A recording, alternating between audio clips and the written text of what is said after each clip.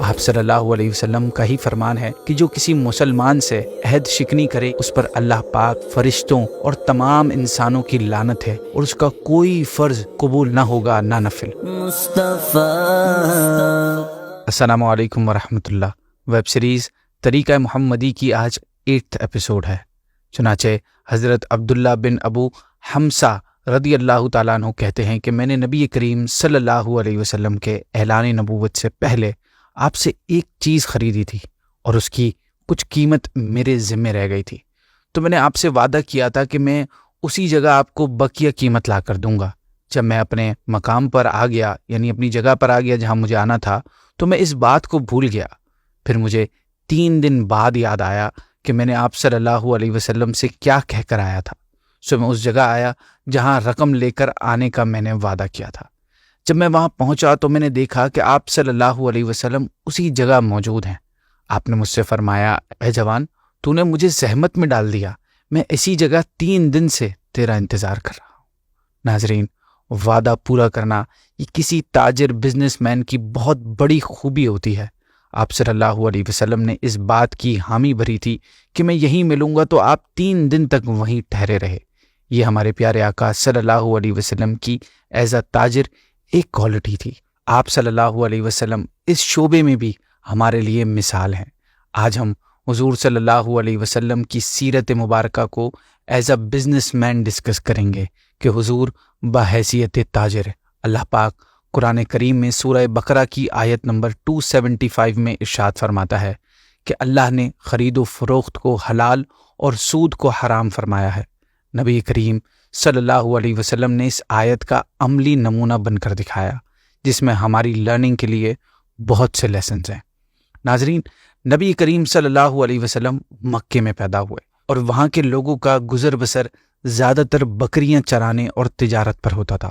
اس لیے آپ صلی اللہ علیہ وسلم کی تجارتی زندگی کی شروعات بکریاں چرانے سے ہوتی تھی۔ اس کے بعد آپ نے تجارت کے لیے سفر بھی کیا۔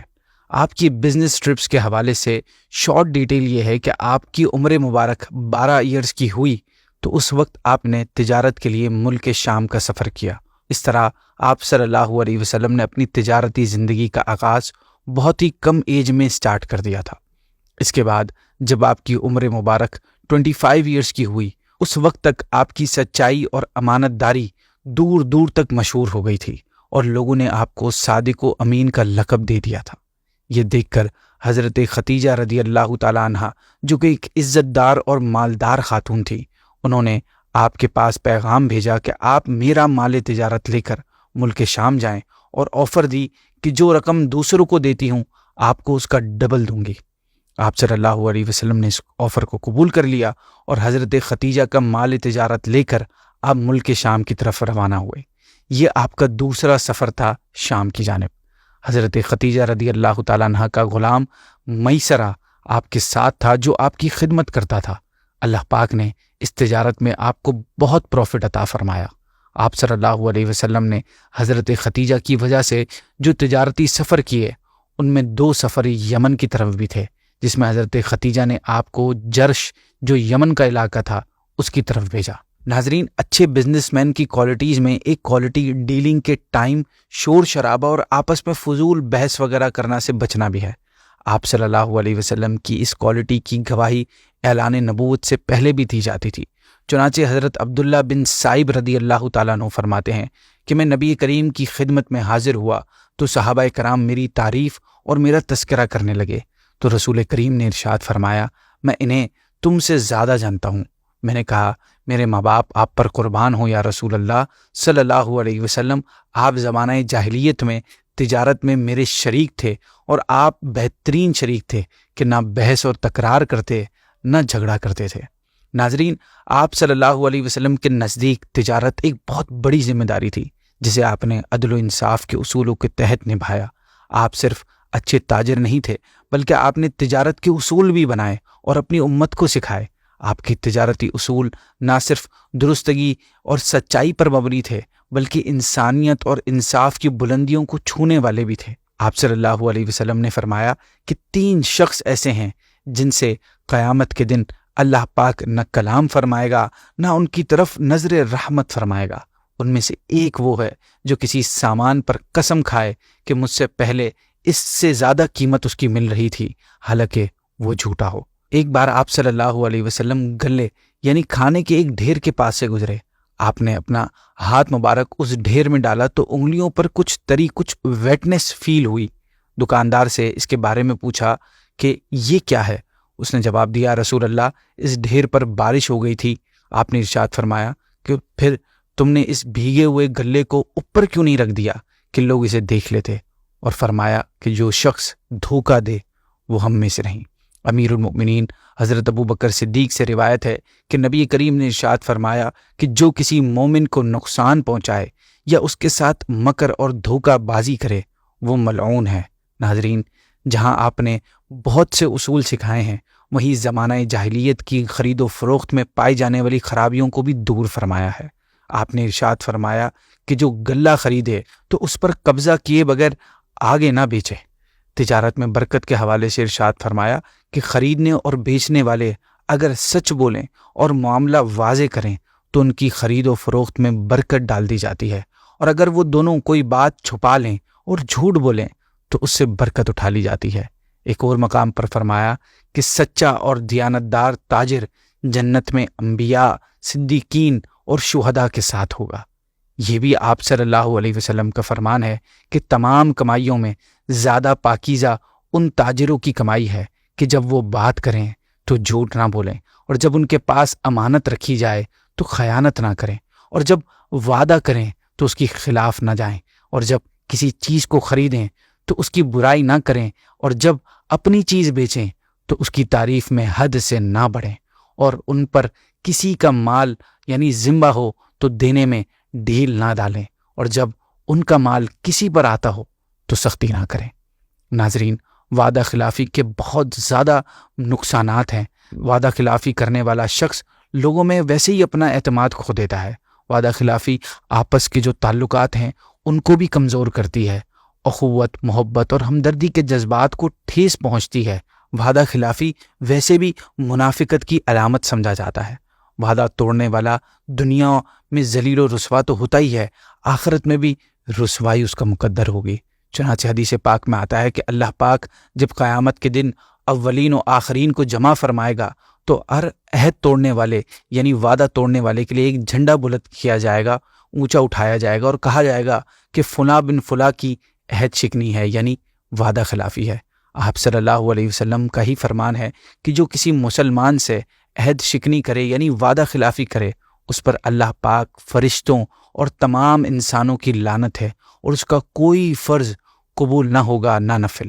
بعض دکاندار جلد پیسہ بنانے کے چکر میں حلال اور حرام کی تمیز ہی بھول جاتے ہیں اور ناپ تول میں کمی کر کے بیچنے لگتے ہیں، حالانکہ یہ جائز نہیں ہے۔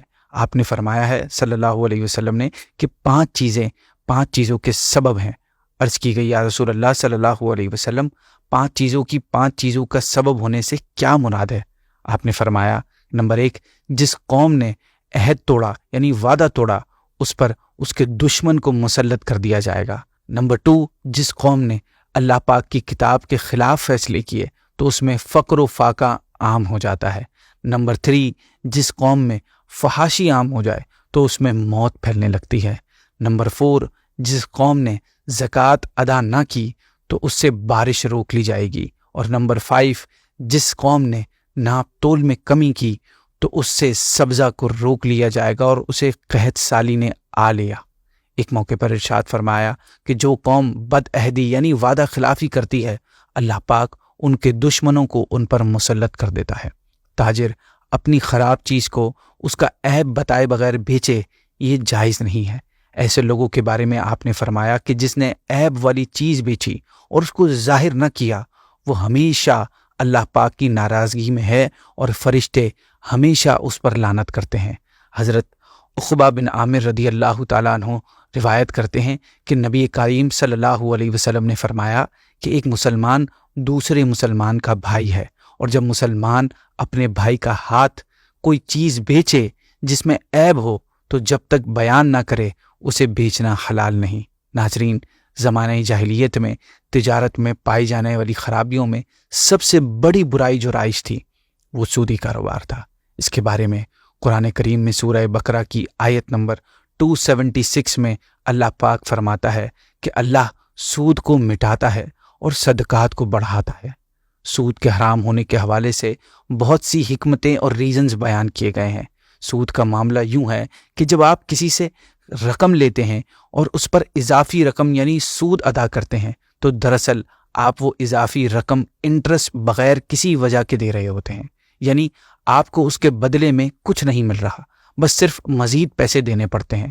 یہ بالکل انصاف کے خلاف ہے، کیونکہ اس طرح ایک شخص اپنی محنت کیے بغیر ہی دوسروں سے پیسے لے رہا ہوتا ہے، اور یہی وجہ ہے کہ اسلام میں سود کو سختی سے منع کیا گیا ہے تاکہ کوئی بھی کسی کے ساتھ یہ ناانصافی نہ کر سکے۔ سود کے حرام ہونے میں دوسری حکمت یہ بیان کی گئی ہے کہ سود کا رواج تجارتوں کو خراب کرتا ہے کہ سود لینے والے کو بغیر محنت کا مال حاصل ہو جاتا ہے۔ تجارت کی مشقتوں اور خطروں سے کہیں زیادہ آسان فیل ہوتا ہے، اور تجارتوں کی کمی انسانی معاشرت کو نقصان پہنچاتی ہے۔ تیسری حکمت یہ ہے کہ سود کے رواج سے آپسی محبت کو بڑا نقصان پہنچتا ہے کہ جب آدمی سود کا عادی ہو تو وہ کسی کی قرض حسنہ سے مدد کرنا گوارا نہیں کرتا، ہمیشہ اس کو پروفٹ پہ نظر رہتی ہے۔ چوتھی حکمت یہ ہے کہ سود سے انسان کی طبیعت میں جانوروں سے زیادہ بے رحمی پیدا ہو جاتی ہے، اور سود خور اپنے مقروض کی تباہی اور بربادی کی خواہش مند رہتا ہے ہمیشہ۔ اس کے علاوہ بھی سود کے اور بڑے بڑے نقصانات ہیں۔ یہی وجہ ہے کہ آپ صلی اللہ علیہ وسلم نے سود کے لین دین کے حوالے سے سختی سے منع فرمایا۔ مسلم شریف کی حدیث ہے کہ رسول کریم صلی اللہ علیہ وسلم نے سود دینے والے، لینے والے اور اس کے کاغذات تیار کرنے والے اور اس کے گواہوں پر لعنت فرمائی اور فرمایا کہ وہ سب کے سب گناہ میں برابر ہیں۔ سورہ بقرہ میں اللہ کریم نے فرمایا کہ جو لوگ سود کھاتے ہیں وہ قیامت کے دن نہ کھڑے ہوں گے مگر اس شخص کے کھڑے ہونے کی طرح جسے آسیب نے چھو کر پاگل بنا دیا ہو۔ یہ سزا اس وجہ سے ہے کہ انہوں نے کہا کہ خرید و فروخت بھی تو سود ہی کی طرح ہے، حالانکہ اللہ نے خرید و فروخت کو حلال کیا اور سود کو حرام کیا۔ ناظرین، یہاں سود خوروں کے حوالے سے وہ بات بیان کی جا رہی ہے جو زمانہ اسلام سے پہلے سے لے کر آج تک چلی آ رہی ہے۔ وہ یہ کہ تجارت اور سود میں کیا فرق ہے؟ دونوں ایک جیسے تو ہیں۔ تجارت میں کوئی سامان دے کر پروفٹ حاصل کیا جاتا ہے اور سود میں رقم دے کر نفع حاصل کیا جاتا ہے، حالانکہ دونوں میں زمین آسمان کا فرق ہے۔ غور کیجئے کہ تجارت کرنے سے حسن سلوک میں فرق نہیں آتا۔ آدمی سست، کاہل اور مشقت سے جی چرانے والا نہیں بنتا، اپنے مال کو خطرے پر پیش کرتا ہے، نفع اور نقصان دونوں کی امید ہوتی ہے۔ وہ دوسروں کی بربادی اور محتاجی کا طلبگار نہیں ہوتا، جبکہ سود والا بے رحم ہو جاتا ہے۔ وہ مفت میں کسی کو رقم دینے کا تصور بھی نہیں کرتا، انسانی ہمدردی اس سے نکل جاتی ہے۔ قرض لینے والا ڈوبے، مرے، تباہ ہو، یہ ہر صورت اسے نچوڑنے پر تلا رہتا ہے۔ آخر یہ سب فرق کیا ہے؟ تجارت اور سود کو ایک جیسا کہنے والا کیا یہ فرق اس کو نظر نہیں آتا؟ اس لیے رسول کریم نے جہاں تجارت کی دیگر خرابیوں کو ختم کیا، وہیں سودی نظام کی روک تھام بھی فرمائی۔ حضرت ابو ہریرہ رضی اللہ تعالیٰ عنہ فرماتے ہیں کہ رسول کریم نے فرمایا کہ ہم شب معراج اس قوم پر پہنچے جن کے پیٹ کوٹھریوں کی طرح تھے، جن میں سانپ تھے جو پیٹوں کے باہر دیکھے جا رہے تھے۔ ہم نے کہا، اے جبرائیل، یہ کون ہے؟ انہوں نے عرض کی، یہ سود کھانے والے ہیں۔ نبی کریم نے فرمایا کہ سود اگرچہ بہت زیادہ ہو مگر انجام کمی کی طرف لوٹتا ہے، لہٰذا کوئی معاشرہ، کوئی قوم سودی نظام کے ساتھ کبھی بھی ترقی نہیں کر سکتی۔ اگر بظاہر ترقی اور پروفٹ مل بھی رہا ہو مگر اس کا انجام تباہی اور نقصان کے علاوہ کچھ بھی نہیں، اور قیامت کا عذاب اور ذلت اس کے علاوہ اور کچھ بھی نہیں ملتا۔ اسی کے ساتھ ناظرین، یہ ایپیسوڈ کو اینڈ کرتے ہیں۔ نیکسٹ ایپیسوڈ میں ہم حضور صلی اللہ علیہ وسلم کی سیرت کے کسی اور پہلو، کسی اور اسپیکٹ پر بات کریں گے۔ جزاک اللہ۔ السلام علیکم ورحمۃ اللہ وبرکاتہ۔